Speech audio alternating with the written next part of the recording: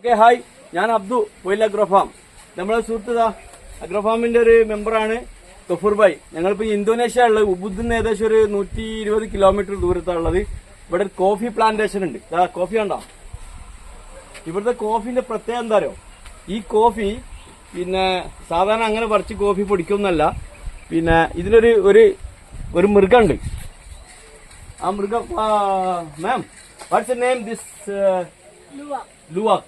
Okay, luwak എന്ന് പറഞ്ഞ ഒരു മൃഗം. നമ്മളെ ഏകദേശം ഒരു പാണ്ഡന്റെ ഒക്കെ മാതിരി ഉണ്ട്. ഇതുണ്ടോ? ആ സാധനം കാണിച്ചു തരാം. ലുവ ഉറങ്ങുന്നുണ്ട് അതിന്റെ ഉള്ളിലതാ ലുവ. ഈ ലുവ എന്ന് പറഞ്ഞ സാധനം എന്താക്കുന്നറിയോ? ഈ കോഫി കഴിക്കും. അത് പഴുത്ത് കഴിഞ്ഞാൽ കഴിച്ചിട്ട് പിന്നെ അത് കാഷ്ടായിട്ട് പുറത്തേക്ക് ഇടും. അത് എടുത്തിട്ടാണ് പിന്നെ അവർ പൊടിക്കുന്നത്. ആ കോഫി എടുത്ത് പൊടിക്കും. ഇത് റോ ആയിട്ട് അതിന്റെ കാഷ്ടായിട്ട് വേണ്ടോ ബാബാ?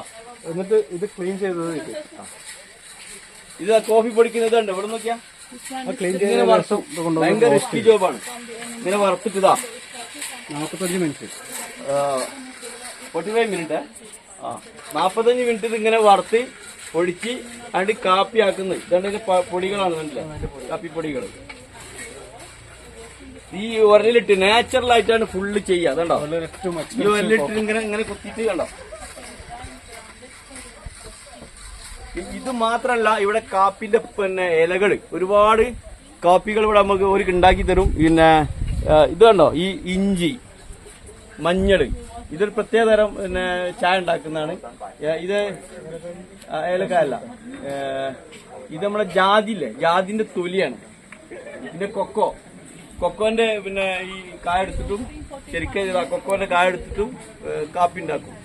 അപ്പോ നമ്മളെ നാട്ടിലും ഇഷ്ടംപോലെ ഈ സാധനങ്ങളൊക്കെ ഉണ്ട്. ഈ മൃഗം ഇല്ലെങ്കിലും ഒരുപാട് ഇലകൾ പറിച്ചിട്ട് ഈ പിന്നെ പേരക്ക, ഈ പിന്നെ കാപ്പിന്റെ ഇല, ഇതിനെ കൊണ്ടൊക്കെ ചായയും കാപ്പിയൊക്കെ നമുക്ക് ഉണ്ടാക്കാൻ പറ്റും. പക്ഷെ നമ്മളതൊന്നും ശ്രമിക്കില്ല, മാർക്കറ്റ് ചെയ്യുന്നില്ല. നമ്മളെ കാപ്പിയൊക്കെ നിലത്ത് വീണ് പോവാണ്.